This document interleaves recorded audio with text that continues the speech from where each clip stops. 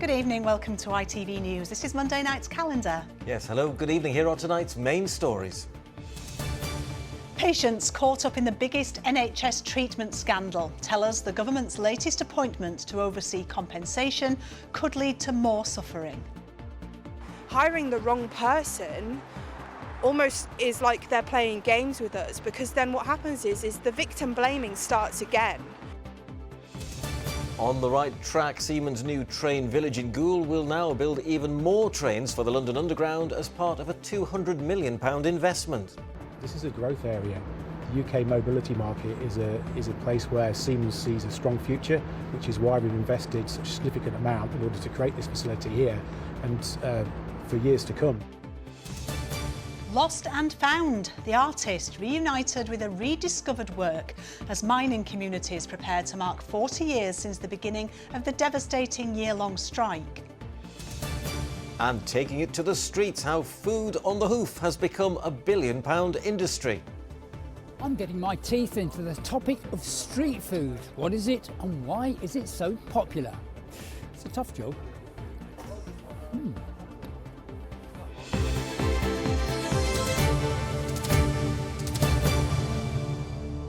Thank you for joining us. First tonight, families who've been waiting decades for compensation after falling victim to the contaminated blood scandal say the government's latest move could lead to more suffering. Thousands of patients were infected with HIV and hepatitis C through contaminated blood products in the 1970s and 80s, but it took until 2017 for a public inquiry to be launched. Professor Sir Jonathan Montgomery has now been drafted in by the government to chair a group offering advice on compensation, but his links to a pharmaceutical firm and NHS trust implicated in the scandal have been highlighted by campaigners like Sarah Doricott from Leeds, who lost her father in 2015.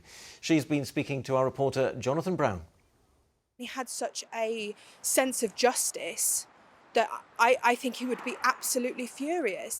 Sarah's dad Mike was a victim of the contaminated blood scandal. But, like many others, he did not live to see compensation.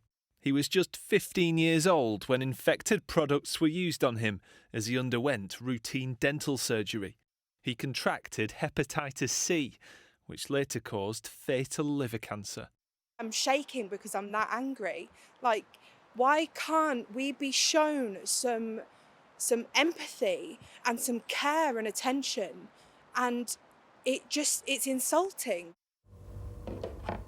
Thousands of people died after being given contaminated blood by NHS doctors in the 1970s and 80s.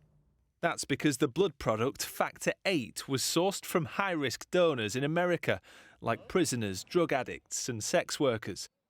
The public inquiry was set up in 2017, hearing evidence from hundreds of people affected, including Sarah. We should not have to explain to our children why they've not got a grandfather. Before its final recommendations to compensate them were made last year. Now, Professor Sir Jonathan Montgomery has been appointed to chair a group of experts offering technical advice, a move which has been criticised by campaign groups. That's because he's also chair of Oxford University Hospital's NHS Foundation Trust. Its haemophilia unit was criticised during the public inquiry. He also has links to pharmaceutical firm Bayer, a company which made and supplied infected blood products to the UK in the 1980s. There hasn't been any explanation about what this role will entail and the person who's been appointed. So I think that's why people have raised these concerns in recent days. It's not ethical. It's a complete conflict of interest. And it would be like hiring someone from Fujitsu to advise the government on compensation for the post office scandal. In a statement, a Cabinet Office spokesperson said Sir Jonathan is an experienced healthcare law scholar who has played a leading role in UK public bioethics. Last year, he ceased to be a member of the Bayer Bioethics Council, which is an independent advisory body. For campaigners like Sarah, this scandal continues to be all-consuming. And after years spent pleading for accountability, she says the government's latest move is only adding to their frustrations. Jonathan Brown, ITV News. Next tonight, good news for once on the jobs front as a train builder in our region secures an even bigger deal on a contract with London Underground. Yes, Siemens started work on a factory in Goole 2 years ago after winning a contract to assemble half the new tube trains needed for the Piccadilly line. But that figure's gone from 50% to 80% and will help secure hundreds of direct and indirect jobs in the area. Well, Emma Wilkinson is in Goole for us live tonight. Emma, how significant is this development? Well, Siemens says very, because not only does it provide security to those taking on roles here, but it also allows the business to develop further and take on new projects. This huge building may be strangely quiet at the moment, but that won't be the case in the coming months because a new generation of tube train will be assembled here. It will be air-conditioned, more energy efficient, and it will come into this building for final checks before being commissioned. And the company says it really wants to put down roots in this area. So it's been going into schools to speak to children about taking up careers in the industry and taking on apprentices. What we're creating here is a centre of excellence for rail within the UK in East Yorkshire. This is a growth area. The UK mobility market is a place where Siemens sees a strong future, which is why we've invested such a significant amount in order to create this facility here for years to come.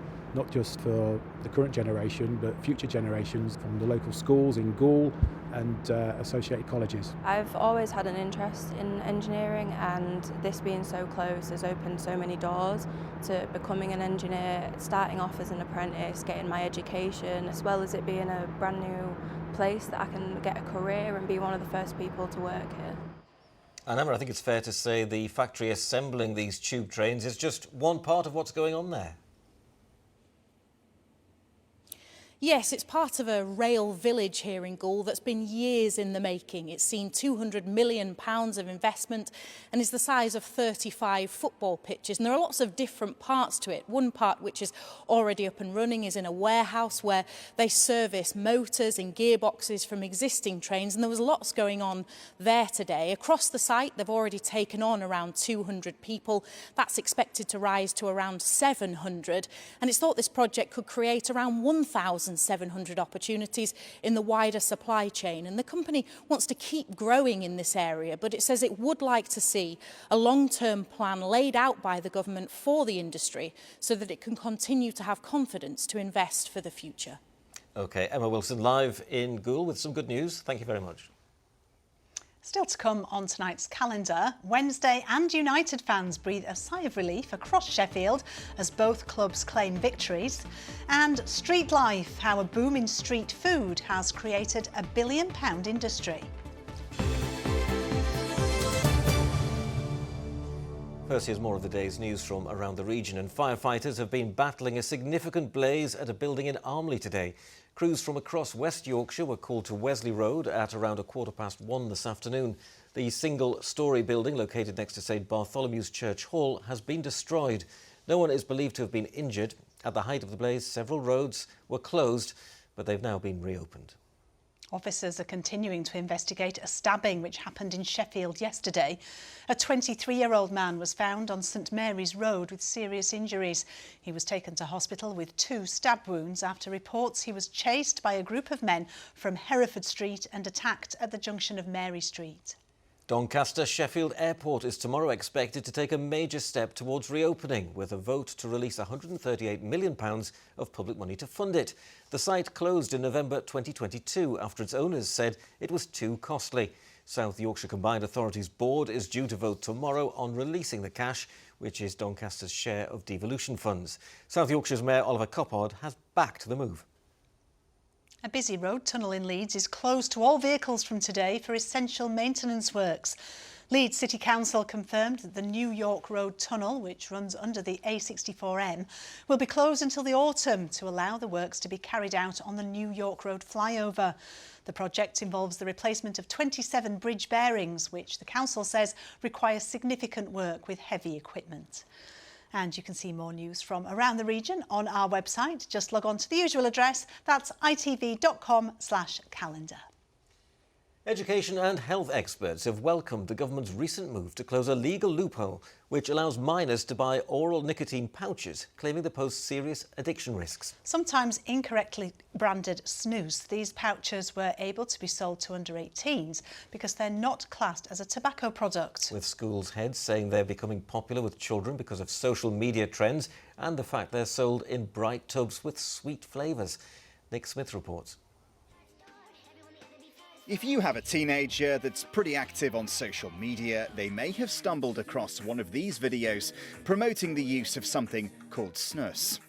It can be a catch-all term meant to refer to tobacco snus, which is illegal to sell in the UK, but also slang for nicotine pouches, which are widely available and accessible. The sale of these nicotine pouches to under 18s is set to become illegal as part of the wider legislation to ban disposable vapes. But until that becomes law, there's technically nothing to stop a teenager walking into a corner shop and picking up one of these tubs for a few pounds. And these extra strong versions that I have here, well, they contain a nicotine hit several times that of your average cigarette. The packaging is very unclear about the amount of nicotine that a lot of these products actually contain. You know, it makes you sort of feel really nauseous and vomity. Minor things would be the hiccups, but nicotine, A, it's a psychoactive drug, and B, it's highly, highly addictive. Tobacco shops like this one in Harrogate often stock these products. The owner says retailers have a responsibility to ensure they're only accessible to adults. Most of our customers are ex-cigarette smokers that want to quit smoking, but the chew bags or nicotine pouches they're called, they're a discreet alternative for taking in nicotine. And at present, it's not illegal to serve somebody under 18. We're very strict here. We challenge anybody under the age of 25, and we will not sell them any nicotine products if they're under 18. And we actually have a sign on our door here, and we don't allow 18-year-olds in the shop without a responsible adult. But even if those behind the cigarette counters soon have to show discretion, these products are still easily accessible to order online, often promoted by social media influencers. Gavin English is a deputy head in a secondary school and tries to educate his pupils on the risks. This stuff just gets pushed, it's just present. It is directly targeted, deliberately, both in appearance, flavours fine, but also people that they look up to. The clue's in the name, right? They're influencers. People have got to take a responsibility for that. It's not just chemical addiction that's an issue. Dentists are now regularly seeing younger patients with problems from sustained oral use of pouches. Multiple times in a month, I would say, we see patients that come in, they've asked their friends to borrow a pouch and they're not entirely sure what's in it. And we oftentimes see gum recession, we see some staining. With these pouches, we also find that you get lesions, which are essentially white patches and sometimes sore patches around the gums. And with colourful branding and sweet flavours, there's a concern that nicotine pouches may potentially fill a void left by single-use vapes, as a more discreet method of getting a nicotine hit behind the school gates. Nick Smith, ITV News. The ITV Evening News continues at 6:30. Here's a look at what's happening with Lucrezia Millarini. Coming up, pressure on Israel from the international community after airstrikes killed dozens of Palestinians in Rafah. It's as Israeli forces rescued 2 hostages who were kidnapped in the October 7th attacks by Hamas.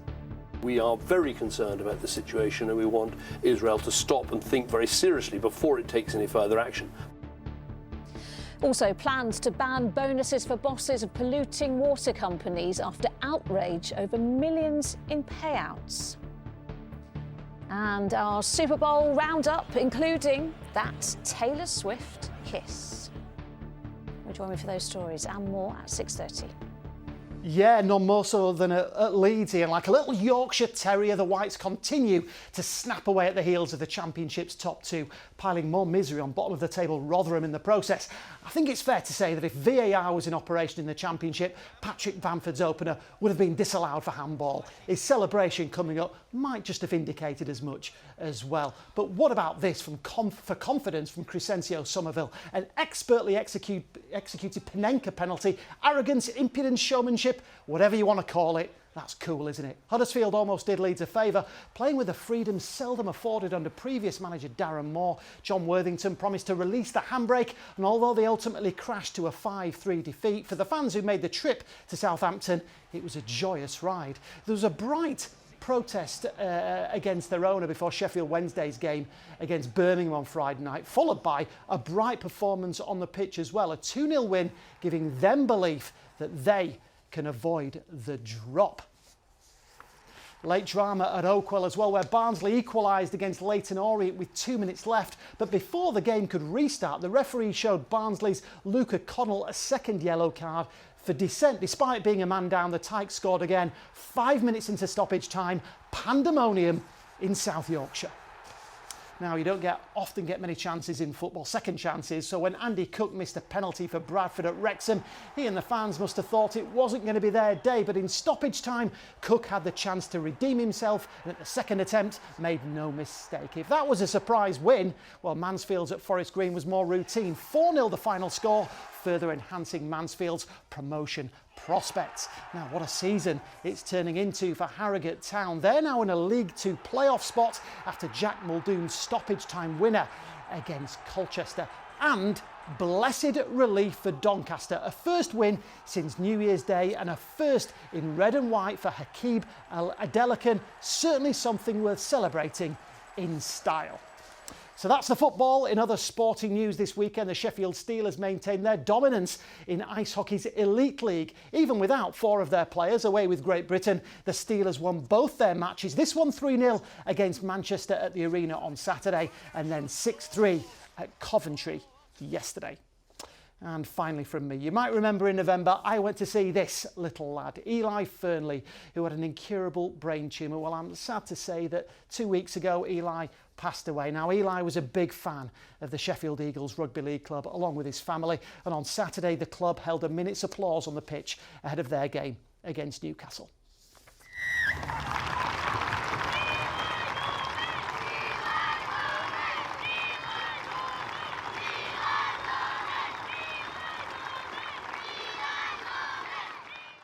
Yeah, lovely hearing Eli's army belted out there. Our thoughts, of course, with Eli's dad, Steve, and mum, Vicky, and then big brother, Guy, as well. Absolutely, and what a legacy little Eli leaves. He really does. Chris, thanks very much indeed. Welcome.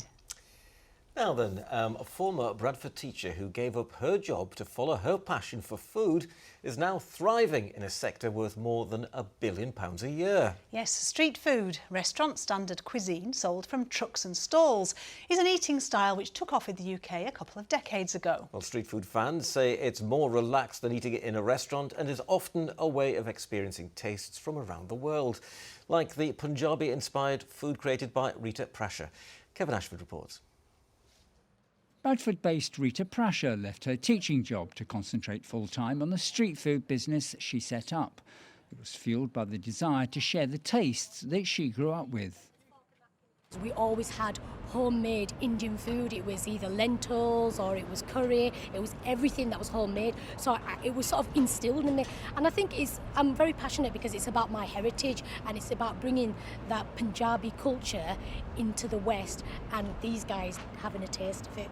It's really good, it's really flavour, and she's a lovely person to deal with, to be fair. We literally just put work in the office there, so yeah, it's really convenient, really tasty hot foods. I enjoy coming to these little street vendors because I think, you know, you get to know the people and they are reasonably priced. Street food has been around as long as civilization. The ancient Greeks and Romans made reference to it. As a modern eating trend in this country, well, it started a couple of decades ago, and it's now big business. A £1.2 billion business for the UK, to be precise, with an estimated 7,000 plus street vendors around the country. It's essentially restaurant quality food sold on the streets, usually from vans or gazebos or from trailers. It's definitely a cheaper option than a night out, so it's somewhere between sort of fast food and restaurant food, and it's a lot more casual, quite authentic. Adrian Alexander's been selling his jerk chicken full-time for around 8 years. He sees it as a way of letting others experience the sort of family cooking he grew up with. We find that we're going to like locations where people have never tried like Caribbean food before. So it gives us an opportunity to showcase what we're about and give them an experience of what like jerk street food is all about. Sometimes they've got this conception of it's too hot, whereas it's hot, but there's a lot of flavour with it for us. So they do enjoy it because it's quite flavoursome and not too spicy. The sector isn't immune from current economic pressures, but judging by the industry's growth, consumers do have a healthy appetite for street food. Kevin Ashford, ITV News. All that nice food is making me hungry. Are you a fan of street food? Do you know what? I don't mind it when I'm on holiday, but I wouldn't do it on a work day because you know what would happen, Sally? It would end up right down this suit. You're a messy eater, I'm not careful like Kevin Ashford. No. Well, finally from us too, a tale of lost art, courtroom drama and political unrest. 40 years ago, 18-year-old Catherine Webley was asked by striking miners in Bolsover to create a new banner for them to use on the picket lines. Well, she did, and it went on to feature at demonstrations and picket lines across the country. But after the strike ended, the banner featuring Arthur Scargill being arrested was forgotten. Martin Fisher has the story. Catherine Webley seeing the banner she created for the first time in 40 years. It's a reunion she thought would never happen. Literally haven't seen it for 40 years since I painted it. I have never had a photograph. I mean, my dad was on strike at the time and we couldn't afford the film. So do you know, it's better than I thought it was. Because, well, I was 18 when I painted it and I've learned a lot about art since then. But looking at it, yeah, do you know, it's not bad. Catherine was asked to make the banner at the height of the miners' strike in 1984. In Bolsover, while the NUM were on strike, the Nottinghamshire-based Union of Democratic Miners were not. Court action then saw attempts to seize union banners that UDM said were theirs. So the striking Bolsover miners had to hide their original banner away for fear that it might be confiscated by the courts. But that, of course, meant they hadn't got a banner to go on picket lines or marches with. And that's where this banner came in. It was created to do just that. My mum just volunteered me basically. She said, oh, Kate could do that. I was in the back garden and this chap turned up and he thrust this picture in my face and said, can you do this for us, Duck? Featuring Arthur Scargill's infamous arrest at the Battle of Orgreave, Catherine's banner was used at pickets and demonstrations up and down the country. We took it to Liverpool one day and we tied it on the railings outside Larne Street Station. And this copper come up to us. He said, what are you doing with that flag tied on there? I said, not a flag, mate. He says, well, what is it? I said, it's a colliery banner. But after the strike ended, the banner was lost, until just recently. The banner was kept by the Secretary of the Trades Council in an outbuilding, and when he was moving house, he told me that he'd got all these old banners, and I said, well, I'll make sure that the relevant trade union gets the banner, and that one, I thought, well, we'll keep that one for the exhibition. Catherine's banner will now be used in an exhibition in Chesterfield next month to mark 40 years since the strike. Rolling back the decades for miners and their lost art. Martin Fisher, ITV News. Real piece of history that, isn't it? It's a great image actually, isn't it? Hard to believe it's 40 years ago, and just a little bit of information for you actually, which I will share with you. Arthur has still got the baseball cap that he was wearing there when he got arrested back in 1984. Wow. Can you believe it? Another piece of living history Absolutely. there. Oh, wow. OK, let's get the weather now. Here's Emma Jesson. Good visibility on the horizon. TUI sponsors ITV Yorkshire Weather. Hello there. Hope you're having a lovely evening and that you made the most of today and any sunshine out there, because it's going to be in pretty short supply throughout the rest of the week. Things turning rather unsettled, however, quite a bit milder. And you can see that very well demonstrated by this graphic here. These oranges and yellows, as they start to flood in, that means the temperatures are lifting, pushing the blues out of the way. But this system here winds itself up quite nicely by Thursday, and we think it's going to turn things very wet and windy at that point. But there are still some question marks talks over the depth and the track of this and the positioning of it. So we'll keep you posted a bit nearer the time. Rewinding then to the next few hours after a fine clear end to the day. Band of showers dropping southwards. Some heavier ones embedded in that, especially for the north of the region. But the further south it gets, well, the more fragmented it becomes. And so skies clearing through the early hours of the morning. Also, as that band of showers comes through, the winds will get up a little bit, but then they will ease down by the time we wake up on Tuesday. And overnight, I think we're going to be frost-free. Those temperatures holding up far enough to keep us frost-free, but maybe an odd pocket of isolated frost in the extreme north there. Early sunrise and sunset times for tomorrow. Sun's up at 7:31. It'll be mostly dry initially, but not too long before some more persistent rain pushes in from the south and west there. It'll reach us by around lunchtime in the early afternoon, and it'll turn into quite a wet day, even though we are quite sheltered by the Pennines, becoming a little bit breezier in that, but then the winds easing down, like I say, light winds for much of Tuesday. Temperatures there around average for the time of year. That rain then spins away later in the day, giving us a clear one overnight, and by Wednesday we're expecting it to be a day of sunny spells and showers. Bye-bye. TUI sponsors ITV Yorkshire Weather. Well, wouldn't you know, rain in the forecast, because of course for most schools it's half term, isn't it? Oh, of course, that happened, didn't it? You can usually guarantee. We'll never stop raining, will it? That's all from us for now. Thanks very much for watching. I'll be back with our late news at 10:30. Lucrezia's next. From Sally and me, though, a very good night. Bye-bye.